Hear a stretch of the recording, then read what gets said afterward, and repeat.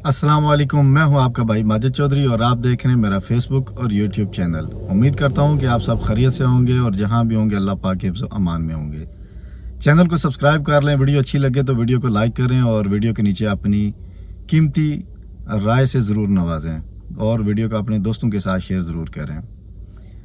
वतन अजीज़ पाकिस्तान में मुझे हैरानगी होती है कि जिस तबके को पाकिस्तानी अवाम ने इतनी ज़्यादा पजीराई दी, बार बार उनको असम्बलियों में मुंतखब करके भेजा या कुछ धांधली की वजह से चले गए और इतने सालों साल पाकिस्तान पे उन्होंने हुकूमत की, पाकिस्तान को अपनी मर्ज़ी के मुताबिक उन्होंने चलाया, करप्शन की, अपने बैंक बैलेंस किए, कोठियाँ जदादें और पता नहीं क्या कुछ उन्होंने किया और कारोबार बनाए।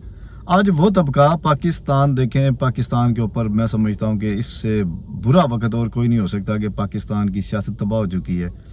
पाकिस्तान का आइन और कानून, उसकी नाम की कोई चीज़ ही कोई नहीं। पाकिस्तान की मईशत जो है वो डूब चुकी है और अदारे जो हैं वो बस अपना एक बराए नाम वहाँ पे काम कर रहे हैं। अदारे जो हैं वो बिल्कुल तबाह हो चुके हैं। कोई अदारा जो है वो अपने सिस्टम के मुताबिक काम नहीं कर रहा, बल्कि इशारों के ऊपर चल रहा है। वो मन मर्जी के फैसले आ रहे हैं अदालतों से भी और अदारे भी जो जिस तरह से तबाह हुए पड़े हैं वो सबके सामने है।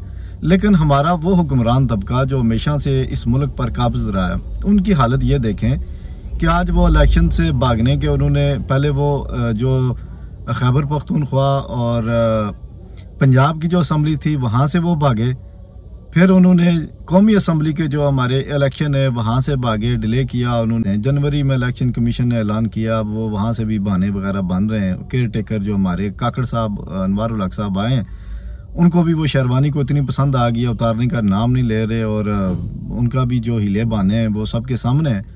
लेकिन यहाँ पे जो सियासतदानों को अपना किरदार अदा करना चाहिए था। मुल्क डूब चुका है भाई, अगर मुल्क नहीं रहेगा, मुल्क की मईशत तबाह हो जाएगी तो आपने किसको लूटना है फिर।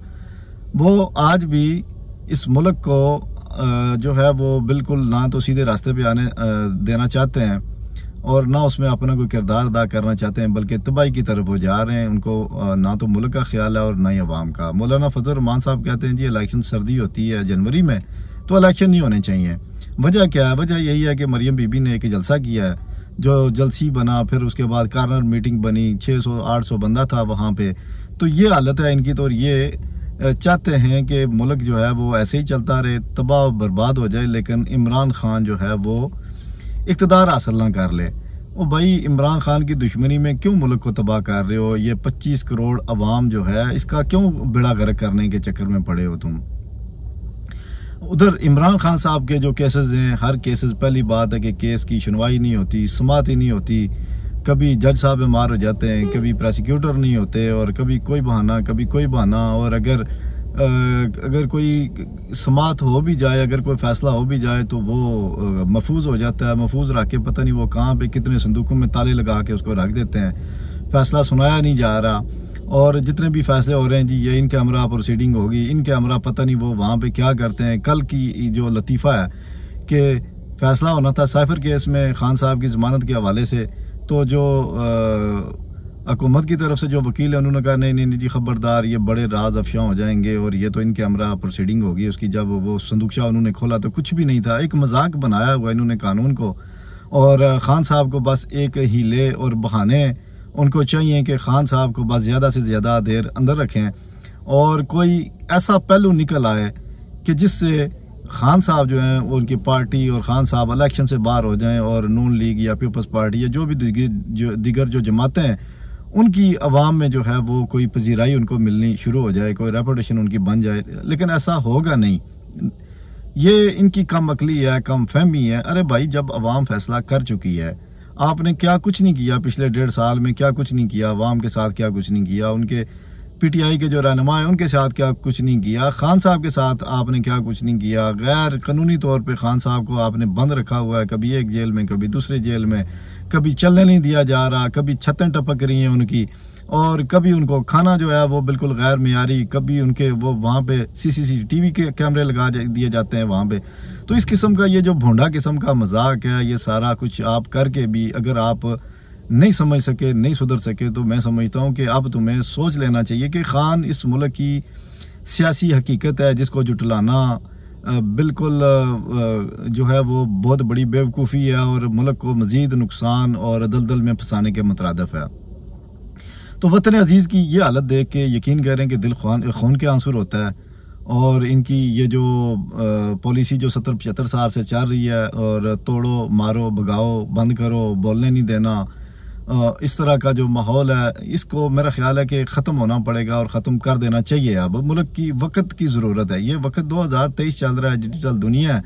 यहाँ पे आप किसी की ज़ुबान को ना तो ताले लगा सकते हो, आप ना किसी को बंद रख सकते हो, ना किसी के नज़रिए पे आप पैरा बिठा सकते हो, तो ना किसी के विजन को आप चेंज कर सकते हो। तो मेरा ख्याल है कि आपको हक और सच के साथ जो है वो खड़ा होना पड़ेगा, उसको तस्लीम करना पड़ेगा। कल एक हाई कोर्ट की तरफ से फैसला आया था कि खान साहब के जितने केसेस थे जिनमें उनकी ज़मानतें इन्होंने मनसूख कर दी थी अदब पैरवी की वजह से, जब खान साहब को अटक जेल में लेके गए तो उसके बाद गैर हाज़िरी लगती रही। हालांकि जो इनके वकला थे वो कहते रहे कि भाई आप लोग वीडियो लिंक के ज़रिए या जिस भी तरीके से अगर, या फिर अदालतों में उनको पेश करके आपके कस्टडी में हैं खान साहब, तो इनकी हाजिरी लगवाएं और केस जो हैं जितने भी हैं उनमें ये हाजिर होंगे या हो सकते हैं। और जेल इंतज़ामिया ने किसी एक केस में भी खान साहब को अदालतों में पेश नहीं किया, और फिर एक सोचे समझे मंसूबे के तहत 9 मुकदमात ऐसे थे जिनमें खान साहब ज़मानत पे थे, उनकी वो ज़मानतें मनसूख कर दी।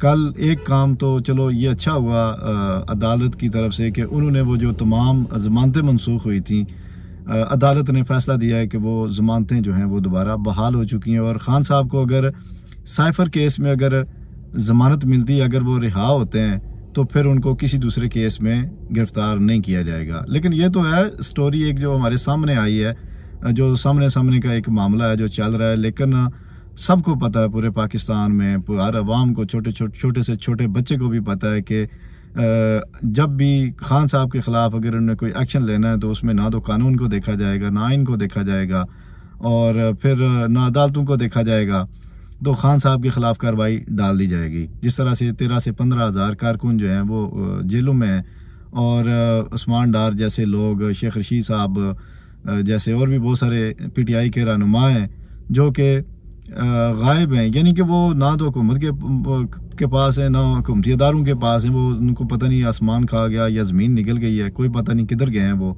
तो इस तरह की कार्रवाई जो है ये भी खान साहब के साथ हो सकती है। लेकिन हमारी दुआ और हमारी उम्मीद जो है वो इंशाल्लाह खान साहब के साथ है।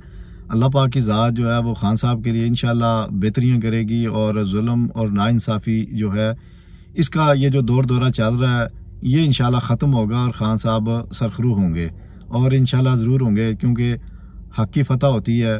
और चाहे लेट ही हो, और अच्छा काम जो भी है, अगर आप सच्चाई के रास्ते पे चलते हैं तो आपको कैद व बंद की सोबतें जो हैं ये बर्दाश्त करनी पड़ती हैं। और खान साहब साबित कदम रहे हैं, साबित कदम हैं, और जो इनका विजन है मेरा ख्याल है कि वो उससे पीछे नहीं हटेंगे और साबित कदम रहेंगे।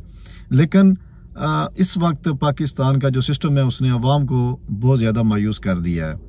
तो जब तक ये मायूसी ख़त्म नहीं होती, पाकिस्तान में हर तरह का इस्तेकाम नहीं आता, तो पाकिस्तान की जो मईशत है, पाकिस्तान का जो एक आलमी सतह पे जो एक नाम है वो कभी भी सही नहीं हो सकता।